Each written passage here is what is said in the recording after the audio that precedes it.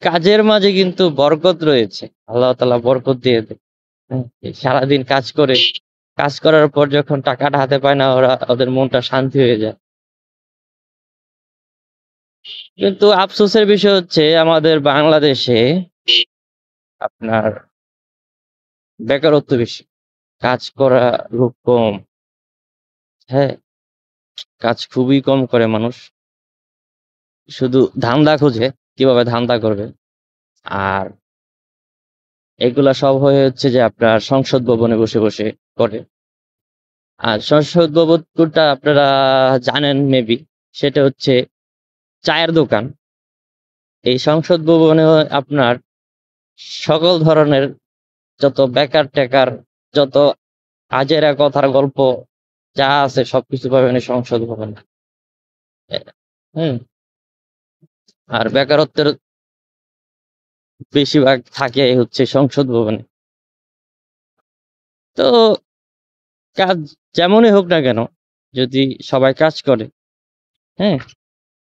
হয়তোবা আপনি একটা জিনিস খেয়াল করবেন।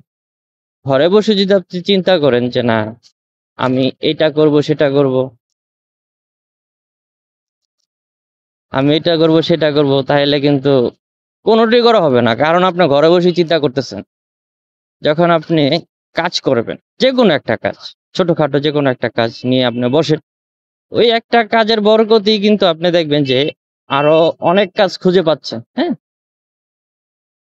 কিন্তু দুঃখের বিষয় হচ্ছে কেউই সেটা করে না।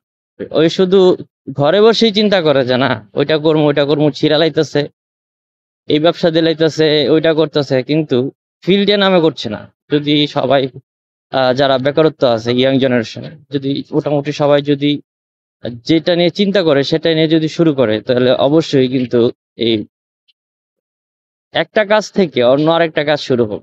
হুম? তাহলে কিন্তু আসলে বেকারত্ব কমে যাবে।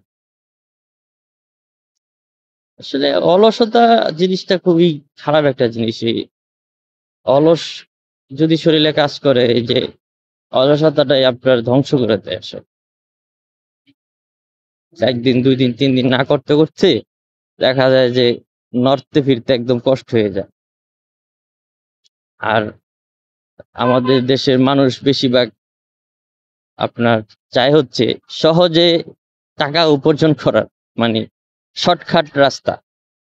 শর্টকাট রাস্তা দিয়ে যেভাবে টাকা কামানো যায়।